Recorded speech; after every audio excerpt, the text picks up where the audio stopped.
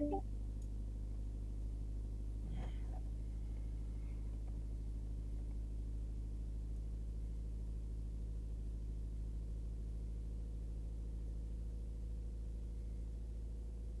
armies are, needless to say, different. Adrian Goldsworthy says, I'm not sure I buy it 100%, but he said that every Persian army is unique. So Alexander's been fighting the same guys for a long time. We talked about well-oiled machines and all that stuff. Persian armies are raised as needed. So I see his point here, but the Persians also follow in a long line of empires and dynasties and kingdoms like the Assyrians and the Neo-Babylonians and all that, who had a very interesting system where they'd have a core of sort of professional troops, the really good elite people that walked around with the king. They'd often call them the guard and the royal guard and all that. But they'd provide the core of armies that would then be supplemented by locals, in whatever area they were fighting. The Persians do the same thing. And in the original Greek and Persian wars, they had a unit called the Immortals that were famous, 10,000 guys plus about 1,000 cavalry, called the Apple Bearers. And this sort of meets that model where the king's got his royal guard, but it's really the elite force on the battlefield when the big wars happen, and then you supplement, right? Well, there are a lot of ramifications. A lot of dominoes start tumbling in terms of what the Persian army is like. Once you jettison the idea that it's made up of innumerable ants and orcs, right? Once you lower the numbers, a bunch of things happen. The first thing that happens is all of a sudden the quality of the troops now has to be assumed to be better.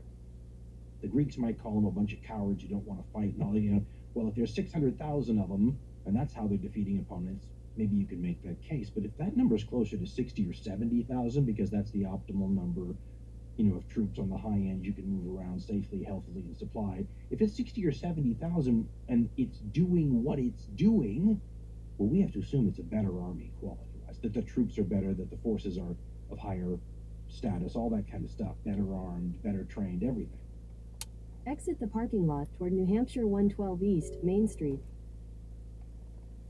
Also, and I never thought about this, I was reading one of the modern day sources and they had this great line, never occurred to me, but again, another domino that tumbles here. If the Persian armies are smaller, the impact of their best units and their elite forces is sort of exalted. I mean, for example, take that 10,000 man unit of Immortals, which no one knows if it still exists by this period. If it does, it's different. But use it in the 480 example, right, from the original Greek and Persian wars. Well, if you have a 1,000,000-man army, then your 10,000 force of elites here is a tiny little drop in the bucket that probably makes no difference. If instead you're running with 60 or 70,000 man armies, well, then your 10,000 men are 1/6 or 1/7 of the total. That is a force that can make a difference, right? 1/6 of your army is elite. So I'd never thought about that, but that's another domino that tumbles here as we try to figure out what the heck the armies Alexander is facing are like. We can also say that due to the nature of the size of the Persian Empire, at least this initial force he's going to run into that will contest, Turn right onto New Hampshire 112 East, Main Street.